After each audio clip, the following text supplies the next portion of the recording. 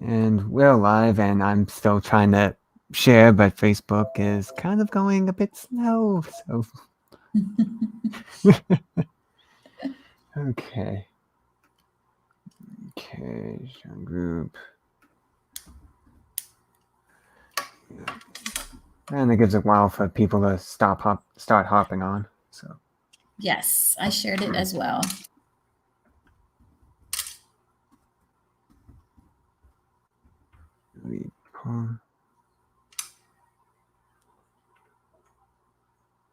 Okay. This crazy thing. Hmm. It looks like we're frozen. I don't know if we are or not. Well, it's oh, yeah, it's playing. Okay, good.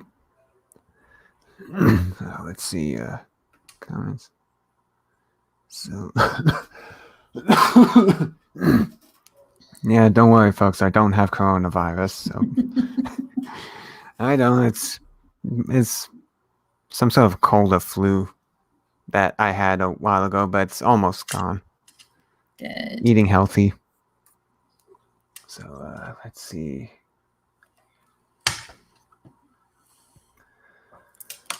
Okay, we'll just give it about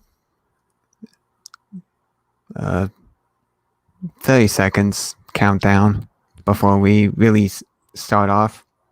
Okay.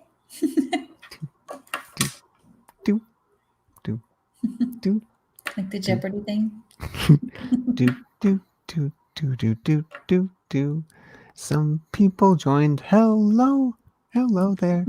do, do, do, do, do. Okay, so you ready to get started? I'm ready. And here we go. Yes.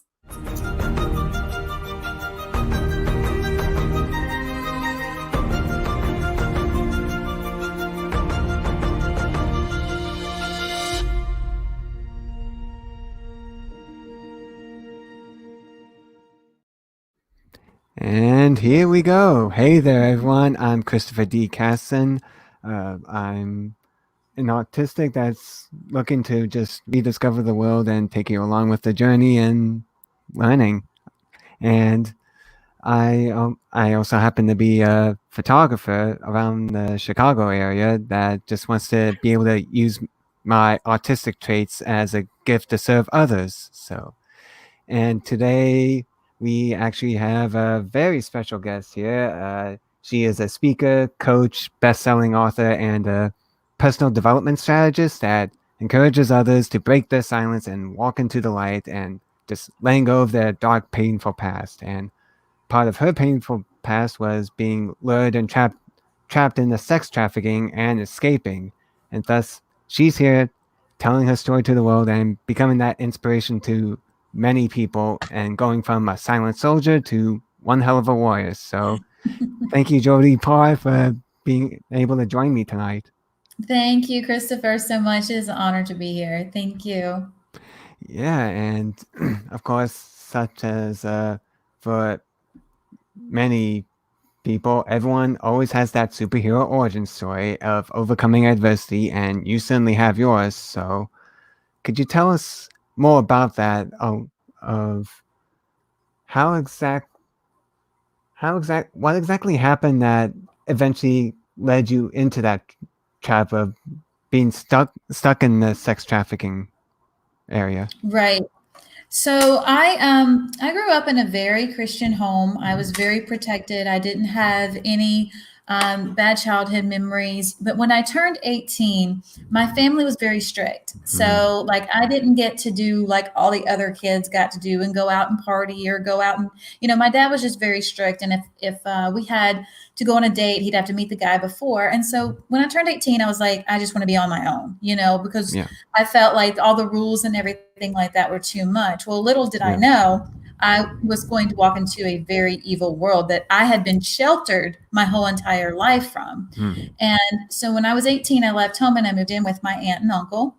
And I was so excited because they were not as strict as my parents were. And I was able to get a job because that was the thing. I needed to help with rent, and help Mhm. different things with that.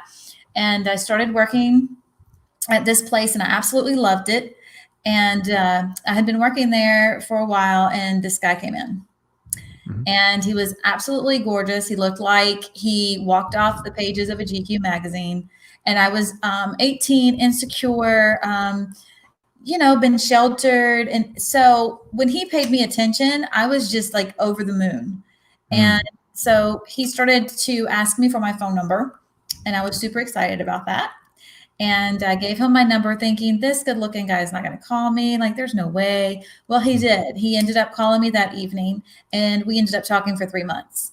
Mhm. And I told him everything about me. Like, I Mm. told him how, strict my family was growing up. I told him where, my family worked. I told him, like as far as feeling alone in the world and just living at my aunt and uncle's house. And he would do the opposite. Like he would paint this picture that, we're going to be married one day. And this is like 3 months into talking. He would tell me about the big picket fence with the horses and life is going to be so great. And he would, send me pictures of stuff. I'm going to buy you this, I'm going to buy you that, because he was always traveling. So that one day I saw him, I only talked on the phone with him after that for 3 months. And that's Mm. what they call the grooming side of this. Yeah, it suddenly sounded Um, like you were being groomed with all this mhm, positive, happy pippy thing, it it ended up not turning out exactly that way. mm-mm. No, it did not. Mm. So we had been talking for a while. He told me that he loved me. I told him I loved him too. And I was so excited because he said he was coming back into town. And I Mhm. was like over the moon excited about that. And so I was getting ready to go out with him because he said that we were going to go to a big cocktail party and it was going to be elaborate and all of these fancy things. And I was getting ready to go to that when my phone rang. And I grabbed it off the wall and it was him. And he said, "Hey, baby, I just want you to know my parents are so excited to meet you. All my friends are excited to meet you. But hey, I'm going to be late picking you up.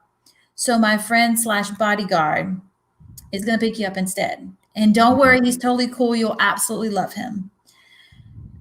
And I remember I stopped and there was like that little thing and that little voice, that was like, you better not do that. You don't know this guy. You can't meet him.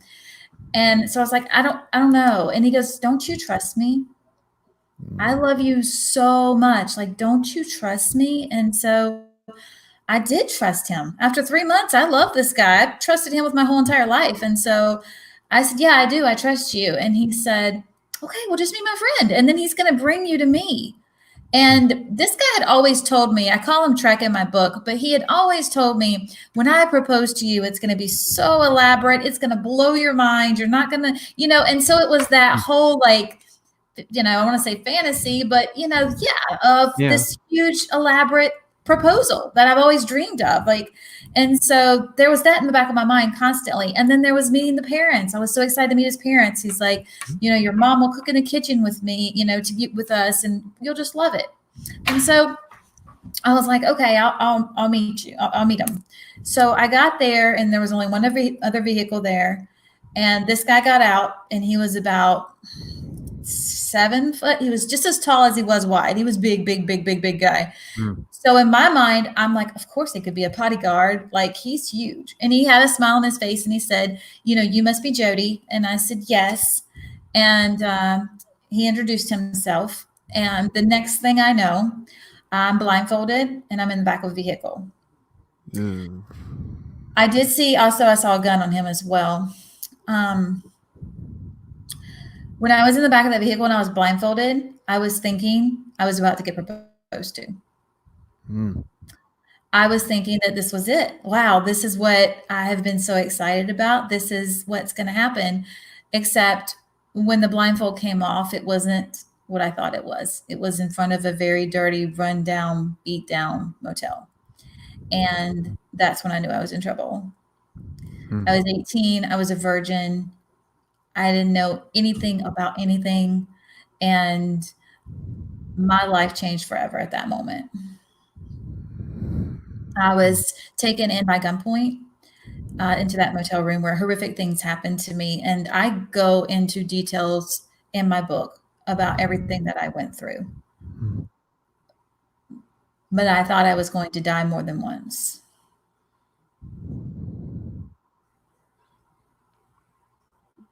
Man, Um, I'm just in silence because it's like it's a lot. imagining that kind of situation that would have been terrifying for anyone really, and make them wonder if they're really ever going to make it out. It's just Yeah, it don't isn't only imprisonment in a physical realm, but it is also imprisonment in your mindset. yeah. And because I was able to escape, and that's in my book, I never escaped the mindset though. And I lived in that imprisonment in my mindset for a very long time. I never thought I would tell one person my story.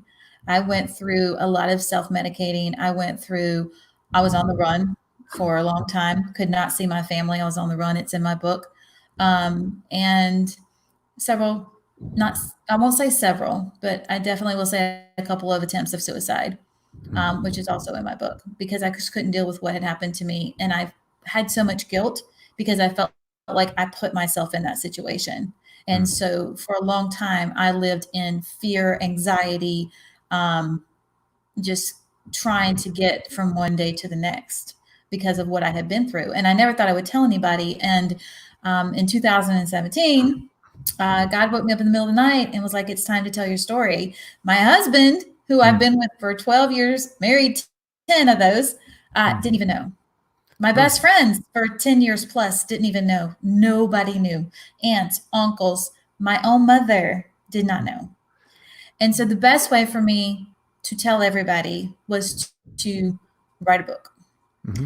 And I began writing, and it took me um, 3 weeks, and I wrote 3 books, Mm. and just poured it all out. And then from that moment, um, God It's spoke to me. Yeah, it was almost I was like just a going to say release for you of always it holding it was. in for so long. Yeah, because when God said to me, this isn't about you, this is about who needs to hear this, Mm. it took all that off of me. And I realized that I had a story to share, and I was no longer going to be ashamed of it, and that I was going to be unstoppable. And the first time I spoke on stage in New York and I came down off stage, I had people waiting on me that were suicidal, that had been through Mm. things in their life and they had never told a soul, because the same reason I hadn't, because of fear of rejection and, guilt and shame and all of these reasons. And they were able to break their silence. And that's something that I think a lot of people walk around with. There are all these things that happen to them that they've never told anybody. So Mm. that's where, the name of my book came from, which is B.O.S.S, Breakout Yeah. Silent Soldier. Yeah, and I'm thinking of someone going through that, especially I'm thinking of how many people on the autistic spectrum could also be found in, and because this can affect anyone, even the autistic community. With Of course. because with I always see those Facebook posts of people, even autistic kids, going missing and trying to find them, and sometimes they do find them, and sometimes they don't. Sometimes they end up finding them like they wandered off and accidentally drowned or something, and it's just, man, it's just It is true. And mm. there was a lady actually from my hometown that's been missing for a while now, and she's in her 30s, but she is autistic. Mm. And we pray for her every day to be found, but they Mm. just said they don't know what happened to her. And of course, my mindset always goes to this. It always, because I don't think people realize how big it is, Yeah. and how a lot of victims are lured in. Some victims are kidnapped. It's just different ways. But yes, to what you're saying, yes, definitely. Yeah, I'm trying to remember. Wasn't it the biggest crime in the U.S. right now is human trafficking right now? It is next to drug trafficking. I think that's number one, but it's $1 billion illegal business. Human trafficking is. Yeah, and for all the people thinking they're going to be safe behind those gated communities, and I don't know. To me, it seems like if these people are rich, what's preventing them from moving into those same gay communities and also luring them? So technically, you're not really safe. It's happening in any kind of neighborhood, really, when Yeah, you think everybody about it. should definitely be aware of it. Absolutely. We're not in a day anymore where your kids can play in the yard. We're Mm. just, it's not. Yeah, And so, yeah. yeah. Even back then, my mother always made sure that I stay in the yard unless I'm playing with other kids in the neighborhood. And even when it's like around winter this time, I'm always told always come in at 5. Period. I Hmm. don't care. Blah blah blah. And I always get upset about it. But when you see stuff like this, it's understandable to take precautions. Hmm. Yeah, definitely. And of course, we have some people here that are saying hello to you. Hey there. Oh, hey guys. Thanks for jumping in. Hey, Amy. Hi, Amy. Yeah. Oh, love it. I do too. Yeah. So, And she's doing a lot to help with the human trafficking as well. I know Amy is. She's very passionate about it, and I appreciate everything that she's doing. mm, And shout out to her. yeah, shout out to her. Shout out to the Fusion Project, which Yes, yes, it's a nonprofit definitely. that helps little girls gain that confidence so they don't end up in situations such as human trafficking. So, Yes, because that is so important because that's how they lure you in. yeah, That they play off your insecurities. They play definitely off of that. So yes, shout out to Fusion Project. I think that's an amazing group. yeah, definitely, and just so many people that I'm so glad that it's becoming more of an awareness, especially Yes. with Jason as well being a Yes. big into Definitely helping shout out to him. rescuing the little kids that are forced into these horrific situations as well. And oh wow, a lot of people are saying That's hello. a true hero. Hey, Yeah. Shelly. Hey Hey, Shelly. Hey Hope. Hope. Hey, guys. And hashtag fight the new drug. Yes. Yes. Definitely. Yeah, so let's get get into the book because I know you've also met Forbes Riley, who Mhm. said to you these specific words that really got you out of the get you do what you did, which was no comfort zone. And after hearing that, Yeah. you wrote the book within was it 2 months or just a couple? 2 weeks. Oh, 2 2 weeks. weeks. Okay, man. Mhm. So and well, I don't know. It's like what was it like just being able to put them on paper for the first time? Because I have to imagine that it's very hard, but it's a necessary process that I think that you would suggest to anyone that's gone through horrific that this would be the first step, right? It was a definite healing process because I had to go back to that dark place that I had blocked out for a really, really long Mm, time. And, I could not have done it without the Holy Spirit. The Holy Spirit was all over me when I wrote this book. mm, And I did it at like 3 a.m., 4 a.m., when everybody else was asleep. I needed to be by myself. I mhm, needed to cry. I needed to get it all out and just pour it onto paper. And there were parts of it that I had blocked that came back to me. There was parts of it that I had forgotten about. And even in my second book, because I wrote 3 books in 2 weeks. And yeah, one thing about me is I'm dyslexic.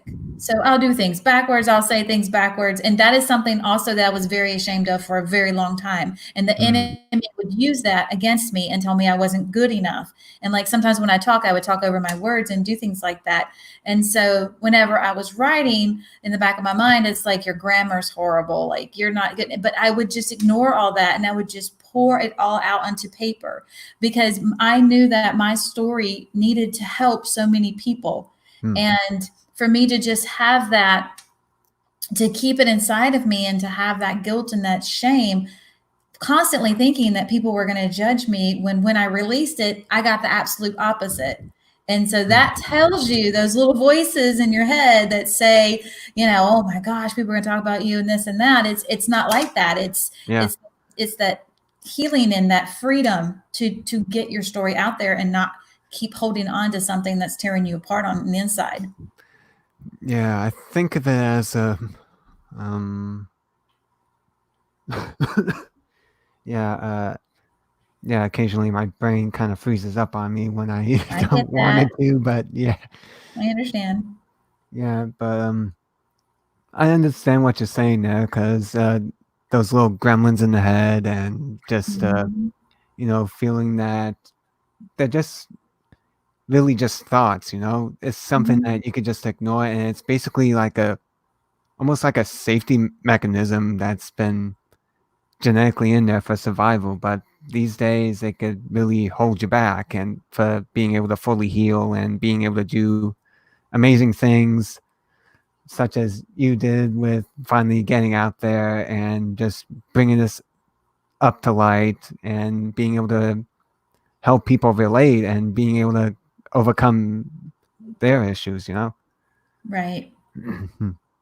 Yeah, So, definitely. and since you mentioned about uh, faith, I was also, since this episode is actually called Faith Over Fear, so I wanted Mhm. to hear about how much of a role faith really played in all of this. Because usually when you hear faith, people are always turning to the negative side of, oh, these bashing these certain groups because of something they can't help and all this other stuff. And the thing is, there's a good side to having faith as well because they can really help you to overcome such obstacles. So why don't you tell us how it really helped you throughout your life? Yeah, absolutely. Because I've been on both sides. Mhm, I've ran with the devil and I ran with fear. I mhm, ran with anxiety. I ran with anxiousness. I would do things I wasn't proud of. I got into a very dark world that I wasn't proud of, and I mhm, was absolutely miserable. And fear was the main thing that paralyzed me every single day. I mean, mhm, not just normal fears, like, to have fear of a spider or something like that. I mean, fear of I wouldn't leave my house, would not leave my closet of my house, would mhm, sit there and drink myself until I cried myself to sleep. I'm talking fear that ruled my life. mhm, And it was when I realized I was trying to do it all myself. I was trying to heal myself. I was trying to fix myself. I was trying to have the power to do all that. And all I would do is self medicate. I grew up in church. I knew who mhm. Jesus was, but I didn't know who Jesus was. Yeah. And I didn't realize that by me crying out to him and saying, I'm sorry for all that I've done and take it from me, that he really would. And I went from living in this dark place to being this bright light, to Mhm, being able to show others that some of the things I went through, people don't come out of it alive. yeah. People, are their mindset will get take over them forever. And so that's why my faith is so important. And that's why I always say faith over fear, because we have two different thoughts. You're either Mhm, having a thought of faith, knowing that God can get you through that, knowing that God's there for you, or you're going to have a thought of fear. And mhm, that is going to catapult into several different negative situations. mhm, And so I think of like you talking about Jason, and I mhm. feel like people have faith they're going to be rescued. And then he comes in and he rescues them, Yeah. and even whenever I was in that motel room, I had a gun to my head. I had a guy, huge guy over me. It looked impossible. It literally looked like this was the end. Like Mhm, that, but I had faith. Even in that moment, even after that horrible thing happened to me, I had faith. But when I left that situation and I escaped, that faith was taken over by fear. mhm. And it's like I couldn't even find the faith anymore until Yeah. later the right people were put into my path and said, you got to let go of all this. You got to forgive these men that did this to you. You have to forgive I was in a very abusive relationship. You got to Mhm, forgive the abusive relationship. You got to give all that to Jesus so that you no longer carry it. And mhm. that's where I went from that dark place to a light place. And that's why I always talk about faith over fear. Yeah. Oh man, it's just so many thoughts going through my head with this because, with me Mhm. growing up and me going through college and me just getting in those periods of depression, and granted, they're not as horrible as being stuck in human trafficking, but with everything I've dealt with and, just being in those times where I just wonder why bother anymore. And yet for some reason, I always thought about it as like this little light with within me, and I guess you could say it's within all of us that keeps us pushing through, even though we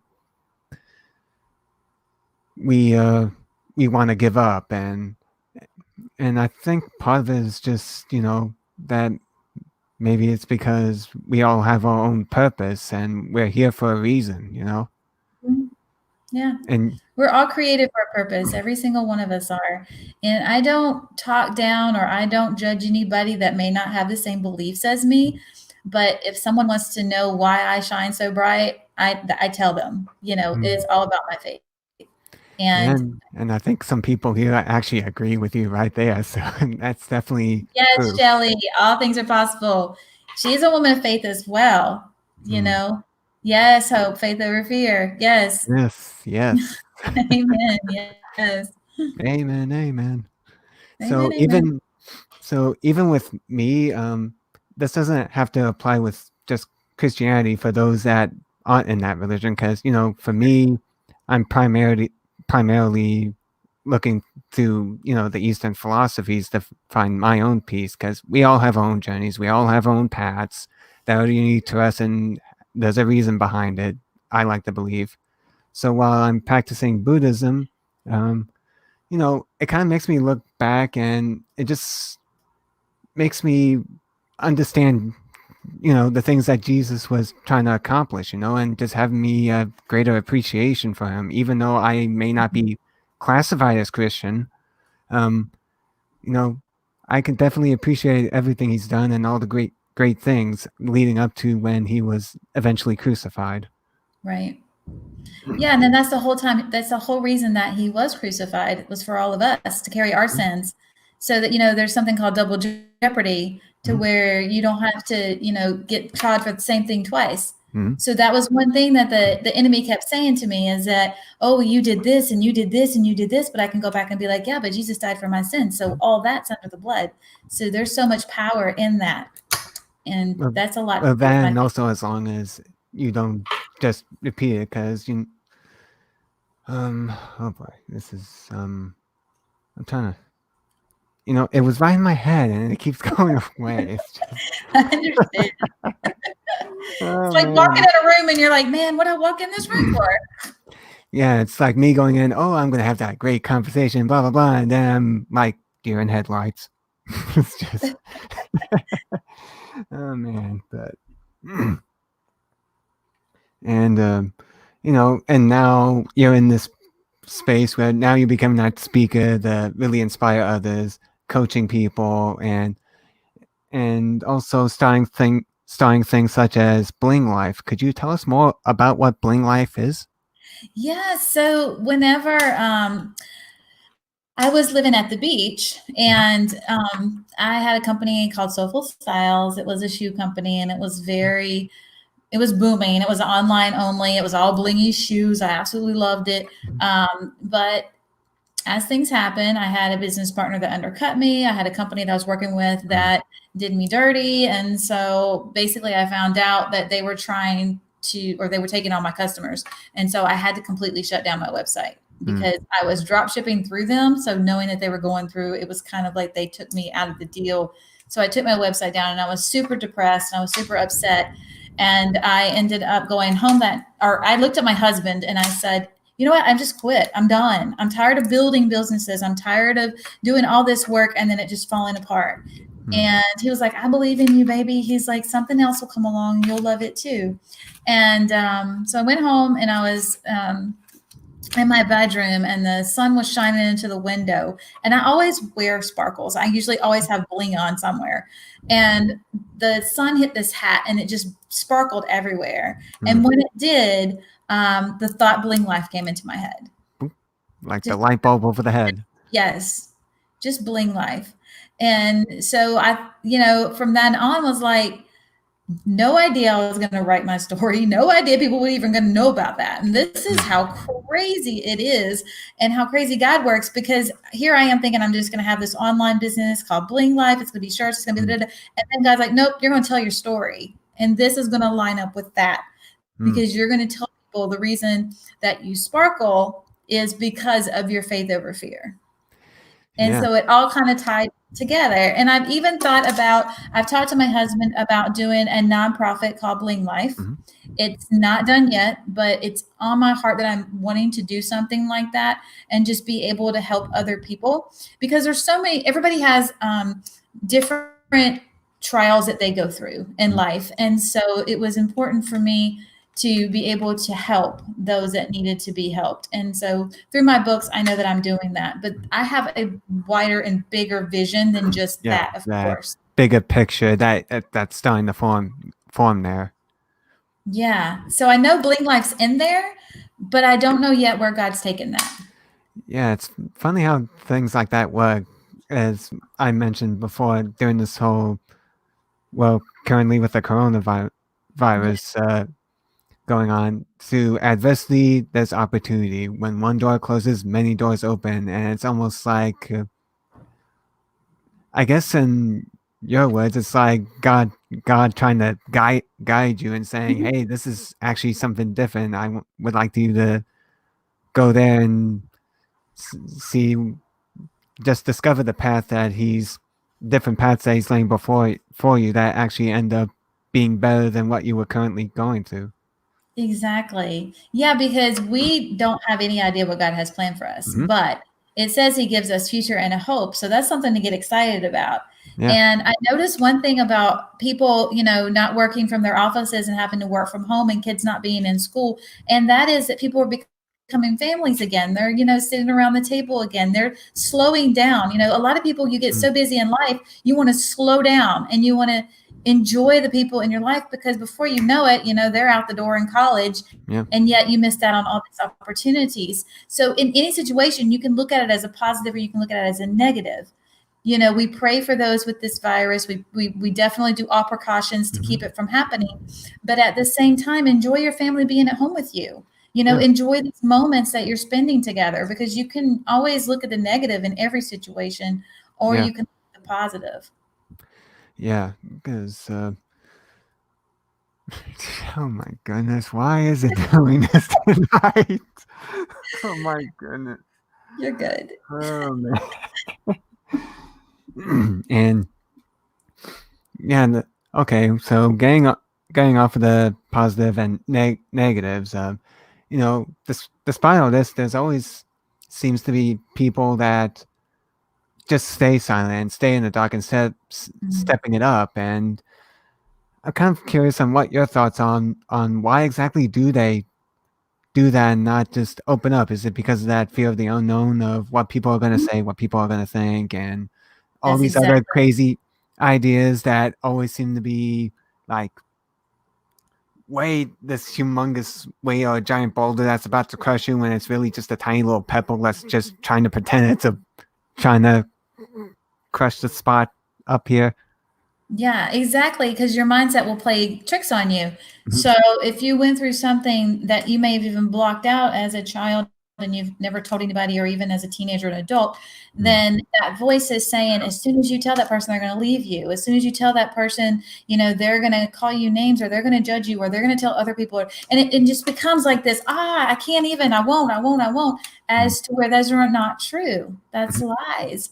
When you speak it out, number one, you're going to have freedom, because you're going to get your story out there. I Mhm. had one young lady that reached out to me after she saw me on a Facebook Live, and her story was wow, Mhm. even more than mine is, because everybody has their unique story, but wow. And when she told it to me, I was like, girl, you're amazing. Like, I'm so proud of you. I'm so, and she goes, oh, I just knew you were going to hate me. And I was like, why? You survived all that. Like, you Mhm. survived what should have killed you, even from a super young age, and all the way up Yeah. until an adult. So that's something to be proud of. Like that's something that, but it's like those voices in your head saying, no, no, no, no, I can't say anything. People are going to judge me. And here's the thing, you could go like this. Well, probably not now, but normally in a store, you could go like this and reach out, and you're probably going to touch someone who was molested as a child or who went through hard times or who has a story they've never told. And see, the enemy wants us isolated. He wants us to think Yep. we're the only ones that has that story. We're the only ones that's been through that. And so those thoughts play on your mindset and keep you from being quiet and keep you from not telling your story. Yeah, man, it's just of all the nights, it's just oh my goodness. But yeah, you know, okay, know that. What kind of other examples of people that you've talked to that really have gone through a lot and are pushing through? Because one of the oh my man, this is just one of those nights, people. This is just one of those nights where sometimes it's just oh my goodness. It's all good. I'll tell you another example. Mhm. Was a lady after I spoke on stage in New York. She came down. She was probably in her late 70s, Mm, maybe early 70s. She was in her 70s. She was older. And she looked at me and she said, I'm on day 61. Well, we were at a huge book event, and I thought like day 61 of releasing her book or like day 61. I didn't know of what. So I just thought, I was like, oh, that's awesome. Like day 61 of what? And she said, of not killing myself. mm, And it froze me. And I said, "Oh." And she said, "I've never told anybody what happened to me when I was a child." And she'd kept that for 70 years. yeah, And she told me. I said, "Tell me," you know? And here's the thing with me, there's like no judgment zone. Because that's what people don't want to tell their story because they're afraid of that judgment zone. mm, They're because you know, there's a lot of horrible things that happen to kids. And I didn't know that for the longest time because I was very sheltered. But there is. And then what happens to kids goes into teenagers. They spiral out of control, goes into adulthood. They're trying to block it, trying to keep it. And it follows you all the yeah, way through until you finally break your silence and you tell somebody about it. And it changes things when you do that, and then they ask about healing and everything. And I talk to them about all of that. So the first step is breaking your silence, is telling yeah, somebody so that you're not the only one carrying that around. My husband, when he read my story, I looked over at him in the plane because he was reading my book, and he just had tears streaming down his face. And he's like, I had no idea.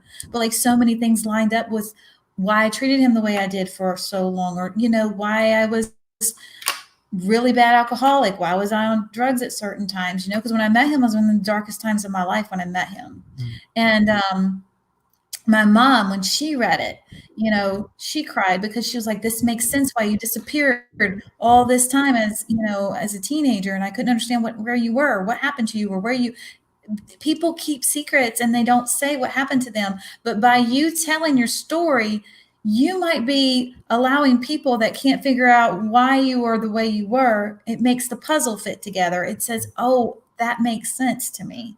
yeah, man. That just well, I guess another story for me because growing up with autism and just I wasn't really treated the best growing up at at the schools, and I just came out of it just rather bitter, and when you hold it in, it just slowly eats away at you if you keep holding it in. Eventually, you start feeling like an empty, hollow shell with oh god, it's just Kids can be mean, and that carries on into well, it later wasn't in just kids in this case. Sometimes it was actually adults that you would think would adults. protect you, like the teachers or the school Mhm. faculty, and it wasn't always the case with me. So I just kept holding it in and And look at you not now. saying anything, and yeah, And look at you now. And that's something for you to be super proud of. Because I had yeah, teachers that told me I was stupid. I had teachers that told me I would never be anything. And the best revenge is success. yeah, It's and the best revenge. And I don't know who said that. Somebody quoted that, not me, but it is. And even people such as the ones that led you into sex trafficking, they're taking advantage of you when you're in that low space because of people like that. So it's just, man, it's a lot to think about, when you really, and even with me, we were both in a competition last year, but just to be brief Mhm. about that in this case, because when we had our first team meeting, when we were just talking about, you know, why we picked a certain nonprofit to support, and for me, it was Madison House Autism Foundation that helps autistic adults and their families so that they can live as independently as possible, so that their parents won't have to worry about what's going to happen to their child when they pass away, if they're going to end up on the streets or whatnot, and told them how it related to me, since I live with that every single day and will for the rest of my life, and just told my own story, and it just suddenly spilled out, and it just felt like a release that needed to happen, like Misty Lane said, just um, having a toxic dump finally, and and the amount of support I gotten from the group was just, yeah, and I think I like everyone listening to think the same. If they're kind of worried, just let it out. You'll know if they're gonna be judgy about you, and if they are, then they weren't meant to be in your life in the first place, or were really supportive in the first place. Yeah, that's something that you learn. My circle is like it's where's the camera? There it is. It is so tiny. And Mm-hmm. for the longest time, I thought you were supposed to have a big circle. I thought the more friends you have, the more people around you, the better you. But I learned, and God showed me so much that it's the loyal ones. Yes. It's the ones that support you when you're at your lowest, and the ones that, pray for you when you need them to. It's those ones, the ones that want to see you succeed. See, there's so many in our circles that don't want to see us succeed because we're a reflection of them. And so Yeah. if they're not doing it, they don't want to see you do it, right? And so it Yeah. took Out of jealousy in a way. yes, yes. And so, I think that what you're doing, you're inspiring so many people, you know? Yeah. I really hoping so, because I just I just want things to get better for the autistic community, and just anyone else that's gone through that. And I gotta look at the comments here, because I know I can't I know it's just with God, all things are possible. Love this story. yeah, Let's see, and crazy teachers say that to kids. That's terrible. Yeah, it yeah. is. Some can be. I don't know. In my opinion, that's because they are just frustrated with their own life, and they just take it out on the kids, which they shouldn't. They really Yeah. shouldn't. So, smaller circles, the best. It's Yes, all about the quality, not the quantity. it is. It makes a difference. And it suddenly helped you when you finally got out of the trafficking, and you finally met that husband of your dreams, and being Yes. able to do all these things, all because you decided to just finally speak out and just getting out of that comfort zone. And that's probably the biggest lesson I think anyone can take out of this episode. That just let it all out, even if Yeah, it's just in a notebook or paper, and just exactly. Break your silence. Yes.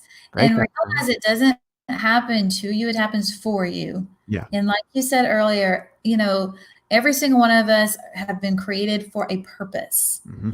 And you may not think that you're being inspirational to somebody, but you absolutely probably are. And, everybody needs to know that no matter what it is, it can be too dark, too dirty, too whatever of a story, to not have it turn around and for, my faith, and for Hmm. Jesus to turn it around and for him Yeah. to give you a whole new life. Yeah, definitely. And from that, of course, you've gone to speak, and you do have different subjects. But there was one I found look, looking up on your website, called Divine Visualization. Could you tell us more about that? Like a little bit of a preview? kind of thing? It is kind of the same as faith. Mm. Um, so any one of us can, we have thought. Mm-hmm. You can hold that thought captive. For instance, with the Mm-hmm. coronavirus, you can instantly think, I'm going to lose my home, right? Yeah. Or you can instantly close your eyes and visualize yourself in your home, being happy, being healthy, paying your home off. Nothing's too big for you to visualize in your mindset. Yeah. And so divine visualization is the same to me as faith. It is closing your eyes and seeing it before it happens. And I did that with my house, with my car, and even with my husband. I had been through every single abusive, jerk, Mm. toad, all of them. And then here's this prince. Because Mm. every time I was actually a cocktail waitress at the time, and every time I would see a happy couple, I'd close my eyes and I'd just visualize that for myself. Yeah. Like, I'm going to have that guy look at me like that, or I'm going to, and there's such power in that, because if you do the opposite and you're like, oh, I'm going to be by myself the rest of my life, the power is in your tongue. Don't Mm. say what you don't want. Yeah. Speak what you do want. And I would always say, like, I'm going to be married, I'm going to live in a beautiful home, I'm going to have this, I'm going to have that. And people would look at me like, girl, you crazy. You're a high school Mm. dropout. Like, you've got your GED, you have been through every abusive relationship, you're homeless. And yet I was like, I'm going to have these things, and now I do. And so no matter what your circumstances are, you can close your eyes and you can visualize into reality what you want. And so that's Mm. something good for people to do right now, because it is a scary time and your mind's going crazy and it's, catapulting into all these horrible things that could be happening. But you have the power to close your eyes and see what you want to see. Mm. So that's what that is. Yeah, that's kind of. Man, this is one of those nights. There was something about, um, about the visualization. I guess you could say in a way that when you're saying that, God, the universe, whatever you want to call, um, they're listening. So, of course, if you constantly think I'm never going to get this because of that, and always thinking negativity, guess what? That's what's going to be handed to you every single time. Mm-hmm. So Yeah. you have to not only think about that, but also put in the work for it as well. Because if you're Yeah. just thinking and just expecting it to be handed you freely, you're going to be rather disappointed. And it's when you're working and while you're doing the visualizing, and when that at that point when you're about to be on your knees wondering, or what am I going to do? Please, something. When you worked everything you could, that's when the miracles happen. That's That. exactly right. Yeah. And I've seen that. I mean, I have seen where people have said, nope, it's impossible. There's no way. I have straight seen miracles happen in my life. And I'm like, there's no other way that happened. Like, God, you did that. But I believe that he was going to. And that's what faith is. It says as small as a mustard seed. The mustard seed's tiny. Yeah. You can't look at your circumstances. You got to have faith over fear. And that's why I talk about that so much. Yeah, I also remember, like, people that grow those bamboo trees, and it usually takes 5 years of always constantly feeding that seed over time, and you always have a hard time seeing the end goal because it just seems like it's going nowhere, but then eventually, whoop, straight up, and it's just, you really see everything you put your work in with just doing the hard work and just having faith that things are just going to be okay. You don't know how Yeah. it's going to come out, but either way, it's going to happen for a reason. And sometimes in a way that you're not expecting, that might end up diverging you in a different direction than what you originally thought. Mm-hmm. Yeah. And consistency, we talked about that earlier, but consistency is key. Yeah. You can't just visualize things. You have to do the work towards those things Mm-hmm. and not get frustrated in the middle, because the middle's the part where we get frustrated. Yeah. But even if the circumstances doesn't look like it's going to happen, close your eyes and see it anyway, and then just keep working and moving towards that. Yeah, and you are certainly an example of that with everything you've gone to, and on top of that, you even have your own podcast now. So why don't you tell us a little bit about that? Thank you. Yes. So my podcast is Faith Over Fear, Yeah. and with Jody Paar, of course. Um, and what that is other people breaking their silence and their Mm, stories. And so they start out with the fearful part, what they went through, because each of us go through moments of fear in our life, mhm, and then we go from the fear into the faith and how their lives turned around. And I have guests that were shackled to prison beds delivering babies, to guests that left the Philippines in the middle of the night, and are thriving now. The lady that was shackled to bed actually is thriving now as well. mhm, Um, just so many different stories about fear and into faith. And my whole thing behind this is I don't want people to be isolated. Like, I want you to know you're not alone. And so mm. each unique story, you never know who's listening that says, wow, I went through that, but I thought I was the only one. Yeah, that's the thing that also holds us back. We think we're the only one, Mhm. and it turns out there's many more people that have gone through that and survived, but could also use hearing your story to really push themselves out of that zone and just really go for it, you know? And like Shelly says here, miracles still happen today. Yes. Yes. Mm. Shelly is a woman of faith too. She is. She's one of my close friends. Yeah, I should. Yeah, I should get her on the show sometime this year. You should. You know? Yeah. So send a Mhm. message over, Shelly. We'll work it out. So we're kind of we're kind of getting down to the hour. So the final question I have is, this is Women's History Month. You Mhm. know, so full of inspiration women that have really helped with gone through their own adversities and of all the women in history, which one in particular gives you the most inspiration? What specifically gave what they did gave you that inspiration? Wow. You know, I love Dolly Parton. Mm, Which is, anybody that knows me is no surprise because yep. of the way she sparkles and how bright that she is. But she's unapologetic for who she is. And I love Mhm, that about her. I love the fact that she grew up in a very poor area, but she had a vision and a dream, and she never stopped until she made that happen. Um, so, I mean, Dolly Parton would definitely be one of the women that I would say I live in Nashville. And when I mhm, moved here, they're like, you'll see country singers all the time. And when you do, don't bother them. They're just in their everyday life. And I'm like, that's no problem unless I see Dolly Parton. And then I'm telling you now, I'm going to like walk up to her and want to hug her neck because she mm. is a huge inspiration to so many people. So that would probably be my choice. If I could meet someone or a woman of power, that I feel like it would be Dolly Parton.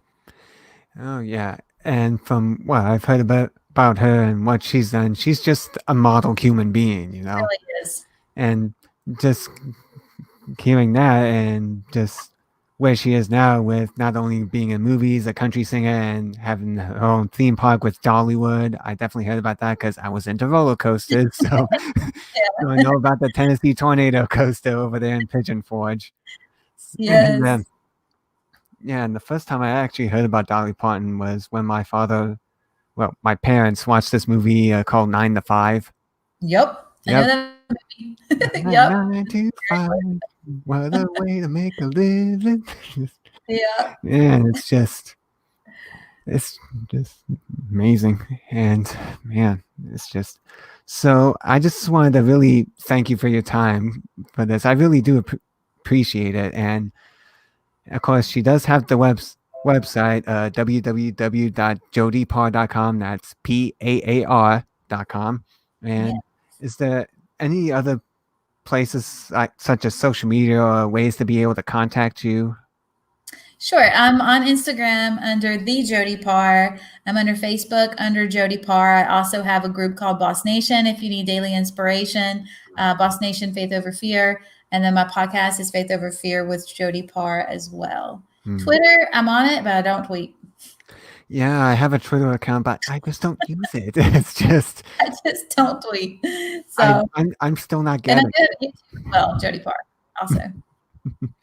Yeah, I just and of course, if you enjoyed this episode of Through Autistic Eyes, we are on Facebook, Instagram with Through Autistic Eyes Official, and of course, if you love to support it, we do have a Patreon for you to get support to help keep the show going, and uh, there it goes again. But of course, You're doing a great job.